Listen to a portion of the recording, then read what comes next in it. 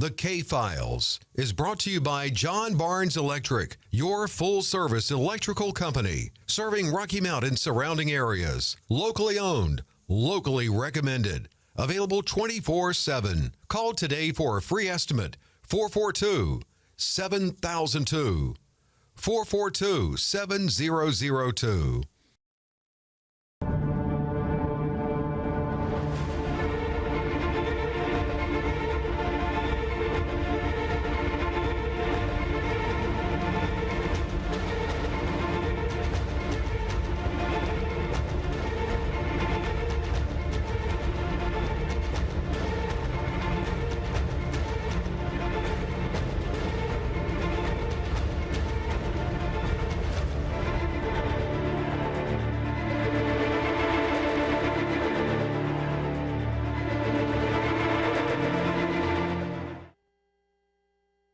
We must have got the memo today and wore blue. But Blue's my anyway, favorite color. Nothing wrong with blue, that's for sure. So, well, I don't know. I love blue. I think red's better. I love blue. In some cases, Yeah, don't you think red's better? Yeah. But anyway, yes, JP and myself will be bringing you the K-Files today. Glad you're with me today, JP. I wasn't here last week, but I understand you had a good show last week. We did. We had a good show. Talked about a lot of upcoming events. Talked a little bit of politics. Talked a little bit about the sheriff's office, funding, how important relationships are when it comes to public safety. Yes. And having that established relationship with your elected officials. Yes, absolutely. So what's going on with the budget now as far as the sheriff's department? In talking with Freddie, they had a budget meeting that was open to the public. I believe it was Monday in Nashville.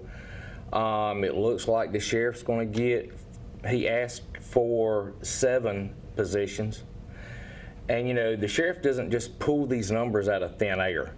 Everything is stat driven. It looks like the calls for service in Nash County is up roughly 24%. That's a lot. That is 24% is a lot. Okay, and I might be off a digit or two, but it's up substantially. So by calls for service going up, his transports for mental patients was up extremely. And what a lot of people don't understand about that is a rescue squad can't transport that patient, a mental patient. Right. They have to be transported by a law enforcement officer. Right. And unfortunately, that task is given to the sheriff. That is so time consuming. It is very time because consuming. they have to take them. Well, you don't know. We don't know where. The sheriff shows up at the emergency room. Right. And literally, the doctor gets on the phone and calls, and they say, okay, well, this bed might be in Goldsboro. It's wherever it's availability. It might be in Wilmington, or it might be in Asheville. That Right. deputy will have to be prepared to take that patient in handcuffs and shackles to Asheville. And that has took him out of the field all day. All day. That's one day you don't have a man. And if this person is confrontational, they Gotta send do 2 deputies. Yeah, right. And that's a long day. It is a long day. It's taking 2 people out of the field.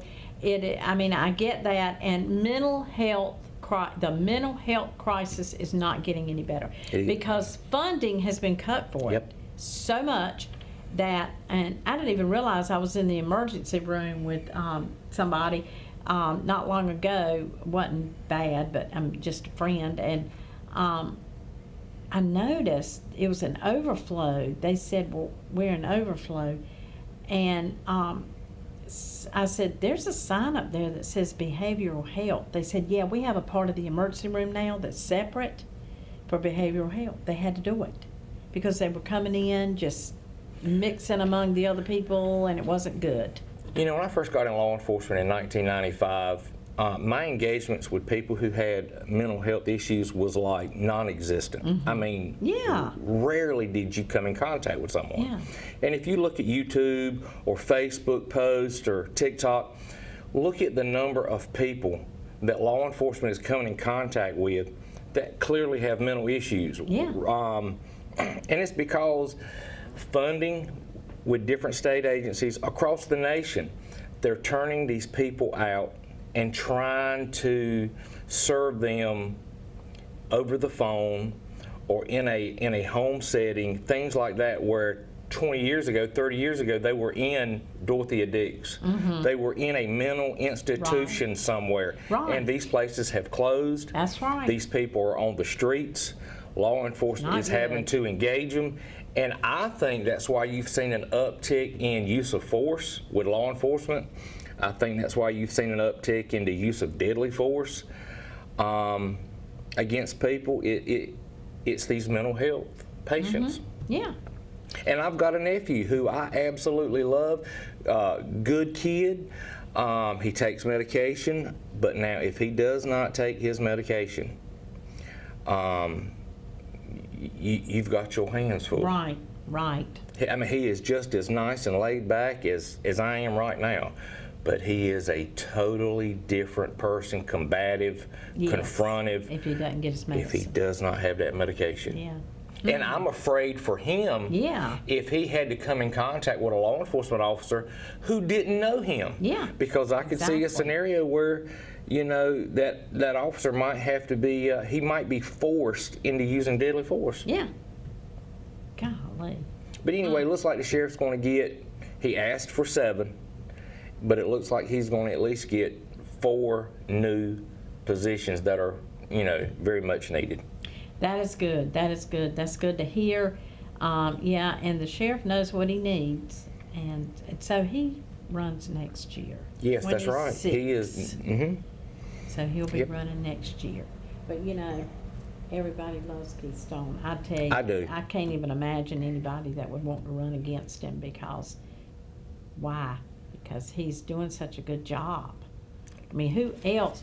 We were talking about him the other day. Who else is going to be involved in a chase or he's out there on the street with his men. He's on 95 running interdiction. He is definitely a working sheriff. He's a working sheriff. And I've had somebody come to me and say, look, you know, have you heard that this person's going to run or this person's going to run? Have you heard this rumor? I said, look, all I've got to tell you is anybody that decides to run against Keith Stone, they're wasting their time Yeah, and they're really. wasting somebody else's money. That's exactly right. Wow. Interesting. Well, there was a case, we probably need to talk about this when we come back, but they just had a big drug bust again, didn't they? I believe. Where at? I thought Nash County. I think Nash County just had a big drug bust. Well, they're always doing Yeah. it, but I'm not But familiar I with thought this anything one was really. a big one.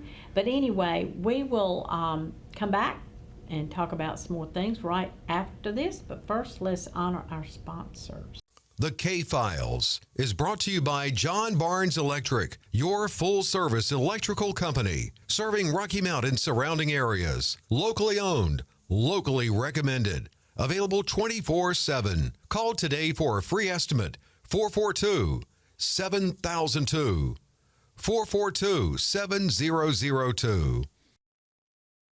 Retired Judge Quentin Sumner Yes. is probably going to be seeking the Belfield seat. Yes, that's what I hear. Well, you know, And he is a great guy, love him to death, Yeah, I and it like- would be yes. a great addition to the Nash County Board of Yes. Commissioners. well, Mr. Belfield has been there a while. He has. He's done a good job, and he's like myself and everybody else. He's getting up there a little bit. Mm-hmm. And so maybe he wants to step down and just enjoy life. So we don't know that. But anyway, we'll see how that plays out. If he will run again or if he will stay in. Or if he will just get out, or if he'll get out early and say, you know, That would be ideal. Judge Sumner, you know, And if I May lived in that step in. district, I would so love to support Judge Sumner. Oh, yes. Our I politics think might be the a little world of bit him. different, but I would vote for him. well, he will be coming on here. I've spoken with him, and he'll be coming on for an interview. And I think a lot of folks will be watching that. We'll make sure to let you know. A lot of people like him. He's such a fair He's man. a fair person. Yes, he is. Just one of the most fair people. And in his courtroom, you know, we have filmed over the years different cases, and I've watched them, and I'm thinking, how do you sit up there as a judge knowing this person is accused of this? But he tries to, you know, be kind of lighthearted. Fair and impartial. And lighthearted with both folks so that they're at ease. They're at ease in the courtroom because, I mean, it's not fun to be in the courtroom, especially if you've done something. So he just tries to break the ice, make everybody at ease. But I've seen him, you know, ask juvenile or whatever, what are you doing here? What are you doing here? Why are you here? Why are you not out there doing something productive? He always says it in a way that only he can do. I mean, it's really amazing to watch him in the courtroom. And he retired, and that was a big loss, but now he has aspirations to move on to politics. So never thought that would happen. I never Me saw neither. it coming. I didn't either. I never I saw didn't that either. one coming over the years. But anyway, we wish him well, and all the other candidates that are going to be filing and that have also put out their letters of intent. Who else has put out a letter of intent? I think just Jerry and Robbie have Yes, both of submitted them in the letters same of intent. seat, for the same seat. So that's Dorches, Red Oak, that area. Parts of Rocky Mount. Parts of Rocky Mount. Where in Rocky Mount exactly? I believe it dips down back over almost into this area. Yeah, Bienvenue Road. Isn't it Bienvenue Road? I've looked at it on a map. It kind of gerrymanders in and out of this area of Yeah. Rocky Mount. Yeah. Well, anyway, very interesting to see what will happen there. We'll be talking a lot about it. JP will be joining me some Thursdays. I tell you, I've had so many guests. I'm glad people want to come on here. I mean, I'm really glad that I get the calls I do. But we're going to buckle down and really talk about some politics coming up and some things going on. So anyway, but until then, we will go to our magic book and try to solve some crimes with your help. How about that? I know we talked last about Mr. Commissioner Cobb, Hoy Jefferson Cobb. I think we're down to Keenan Lamont Newton. That case is from June 10th, 2016. Around 9:54 p.m., officers responded to 1011 Branch Street in Wilson to check on a person's welfare. The caller reported that a subject was seen lying face down in the backyard of a residence and they were not moving. Officers around and found that the victim had suffered a gunshot wound. EMS arrived and determined that the victim, Keenan Newton, was deceased. Keenan Lamont Newton, again, this is from June 10th, 2016, occurred around 10 o'clock p.m. on Branch Street in Wilson. It's kind of weird to somebody to just casually see someone at 10 o'clock at night lying face down in a backyard, not moving. It's not like it was in the front yard, but gunshot wound. Branch Street in Wilson. I think that's kind of a tough little area as well. Yes, it is.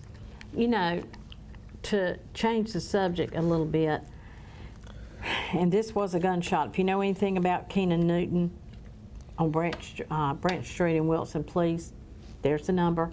Please call, or you can call Twin County Crime Stoppers, but this is a Wilson case. You can notify Wilson law enforcement, but 977-1111, whoever you want to call, but we just want you to call. There's $15,000 in the pot that you, up to $15,000 you could get if there's an arrest, upon arrest. And you do not have to go, it doesn't have to go to court and all of that. You don't have to wait for a conviction. So it's not about that, it's upon arrest. So anyway, we would like to give you cash money, we really would.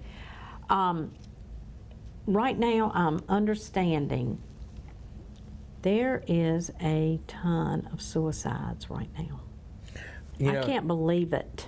I've always said that I believe suicides were contagious, Yes. especially like in high school settings around young adults. You know, it goes back to what we were talking about earlier, and that's mental health.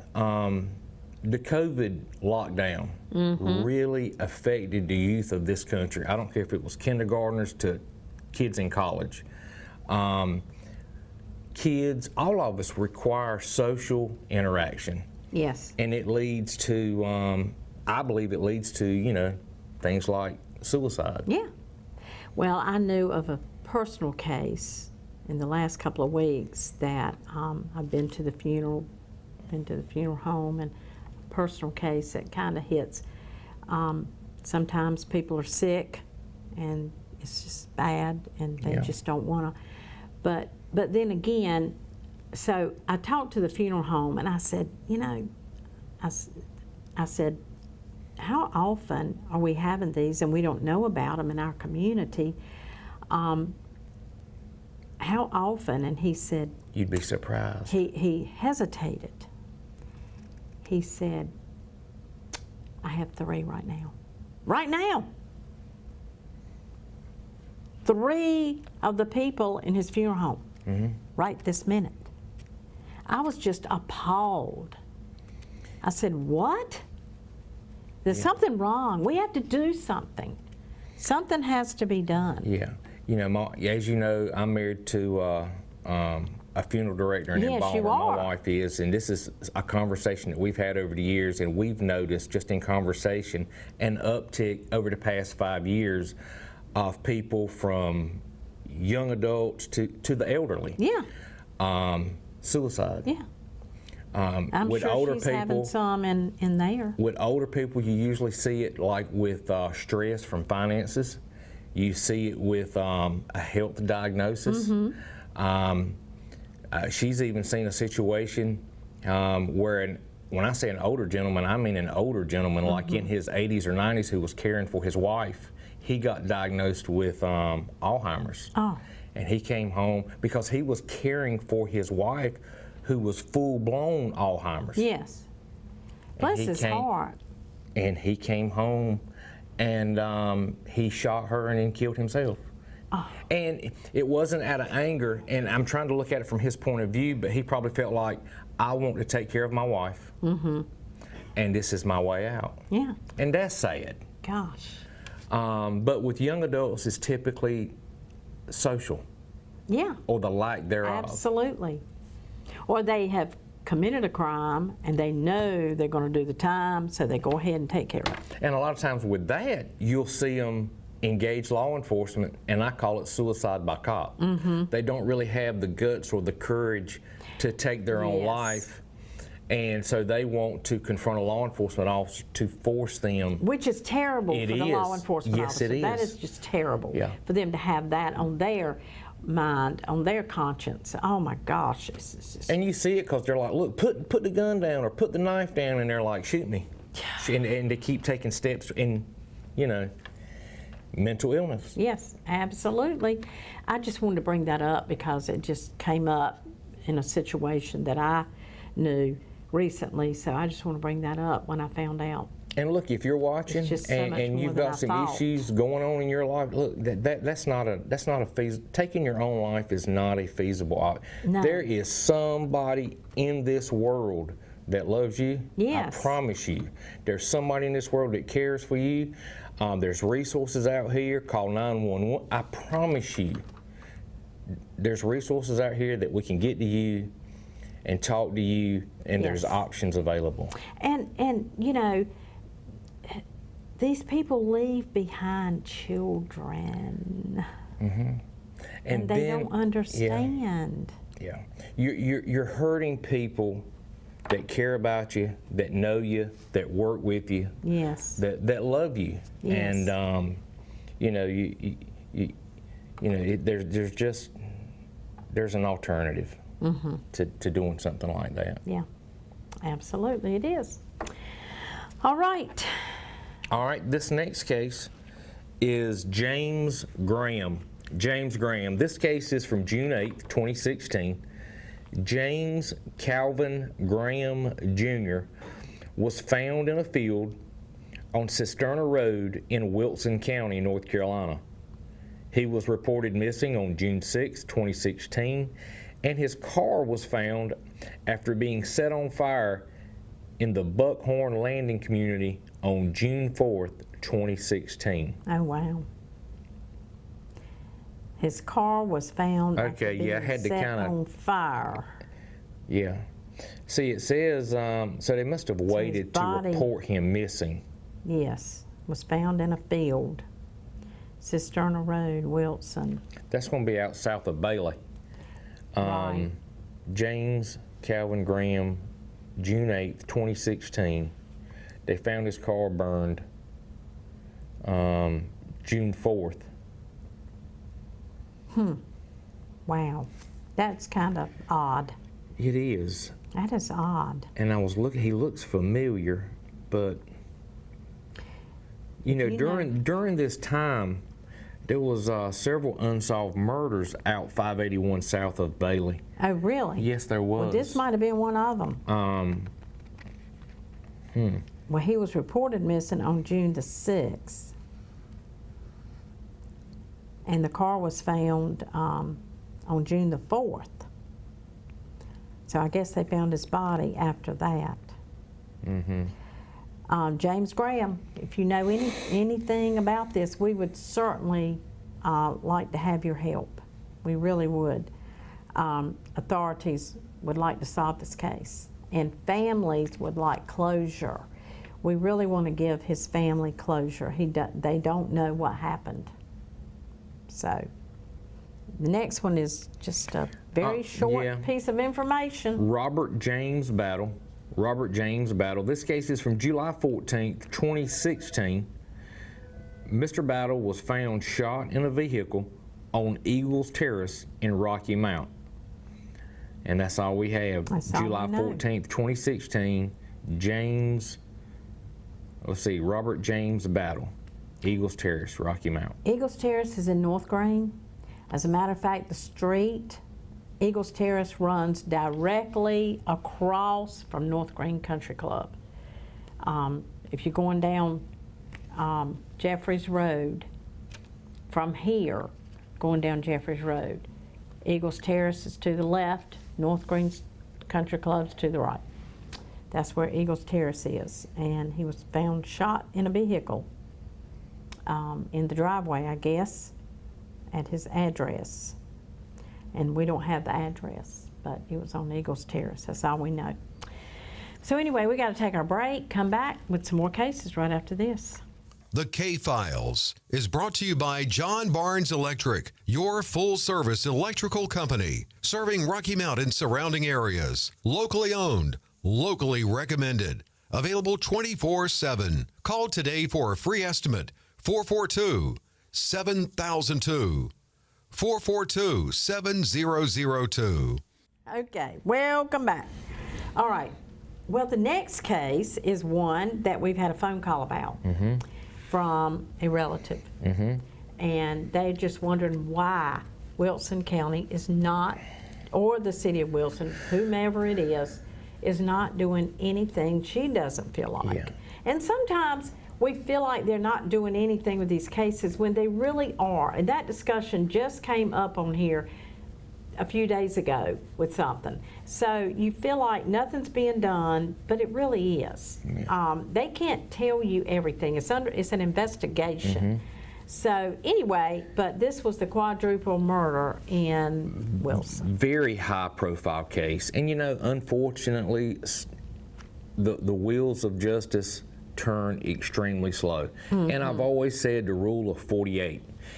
Anytime a case like this, or a murder, or a missing person, once it goes past 48 hours, the odds of solving it begin to, Right. work against you. That's right. But it is longer what it is. It goes, the harder it's going to be to solve that crime. I truly believe that.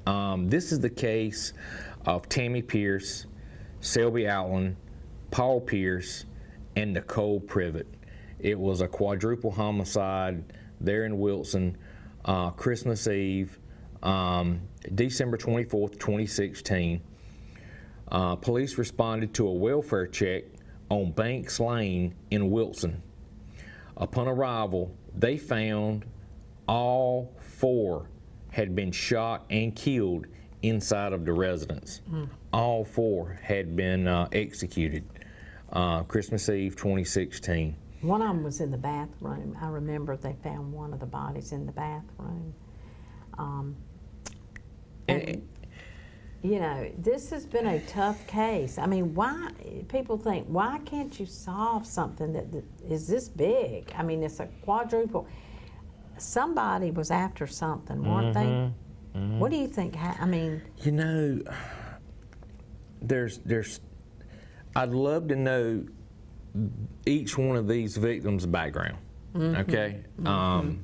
Habits, where they went, what they did for a living, who each one of them associate, what their circles look like. And that would, you know, lead you to draw conclusions. A quadruple homicide, they just don't happen, especially inside of a residence. It just does not happen. It makes me wonder if it was somebody with them, because I'm gonna tell you, to have someone just come into a home and execute 4 people, it looks like one of them or 2 of them or 3 could have got away. right, absolutely. So it makes me think there was at least 2 shooters. Yeah.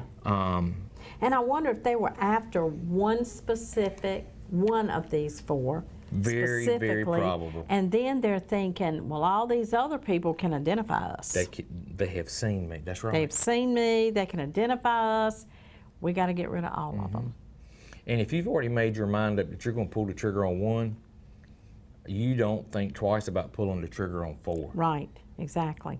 But and if that's the case, that's why the other 3 were unfortunately executed as well. I guarantee it was a home invasion. I wish I knew what time of day.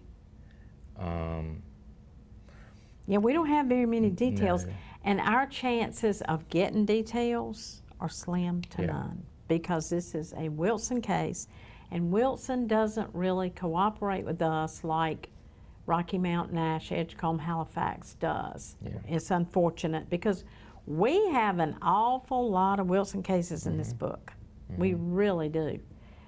So And anyway, the whole purpose too is just by talking about it here yes, and it being played online or over the air, it engages other people to talk about it, and they might be in a Absolutely. social setting where somebody says, hey, I've always thought this, or I heard this. Okay, Yeah. that could generate a tip that's right. just from talking about it. Exactly. Well, if you know anything, $15,000 is in the pot, and you can get part of that money can go to you in cash in 48 hours. Law enforcement will hand you that money. It's totally anonymous. We don't want to know who you are. We just want to solve the crime. This is a quadruple murder. A lot of people know about this. I mean, I feel like several people know about this case. Please come forward and get these people off the street. Let's solve this crime. Let's give closure to the family, and because a family member's already called here talking about this, and they really want closure. She said, I just want to know what happened, and I want them to, and she can rest assured that they are working on the case. So. But anyway, that's all for today. We'll see you back next Thursday. You're not going to be at the beach next Thursday. I try to avoid the beach On during Memorial Day. holidays. Me too. Me too. I'm not going this week. But anyway, we'll see you back next Thursday. You make it a great week and have a safe Memorial Day. The K-Files is brought to you by John Barnes Electric, your full-service electrical company, serving Rocky Mount and surrounding areas. Locally owned, locally recommended. Available 24/7. Call today for a free estimate. 442 7002. 442-7002.